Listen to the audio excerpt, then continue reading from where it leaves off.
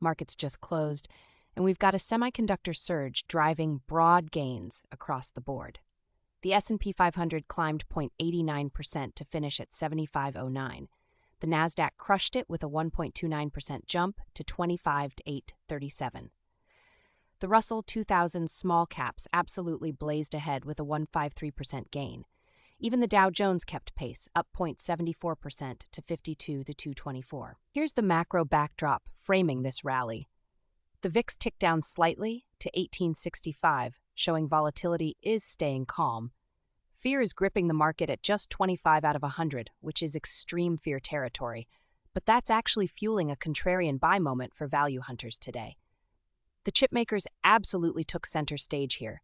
Intel surged 8.64%, closing at 105.45 on what appears to be positive semiconductor cycle positioning. AMD followed right behind with an 8.11% rocket to 544.43. This is textbook tech rotation energy right here. These gains dragged the entire Nasdaq higher by 329 points. Tesla also joined the party, climbing 2.53% to 378.93. That's robotaxi expansion momentum hitting Orlando and Tampa markets. NVIDIA held strong too, up 1.97% to 207.29. Healthcare stocks had their moment as well. United Health was the third biggest gainer, rising 3.51% to $436.35. That's $14.80 of fresh buying.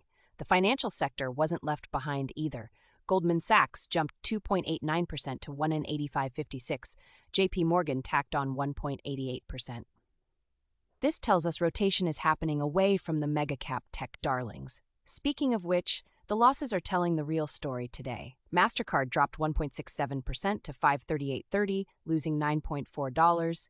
PayPal fell 1.71%. Salesforce slid 2.15% to 170. Payment processors are getting hit hard. Microsoft actually closed down 1.13% at $397.75, defying the broader tech strength. Google sank 1.38%. Amazon shed 0.98%, Walmart tumbled 1.61%, Costco fell 0.7%. This is classic summer rotation, out of mega-cap tech, out of e-commerce, and into beaten-down semiconductors. Here's what analysts are thinking. Microsoft still has 63 buy ratings versus 0 sells. NVIDIA commands 64 buys. Amazon holds 70 buys. These mega-caps maintain overwhelming bullish consensus despite today's weakness. The single most important thing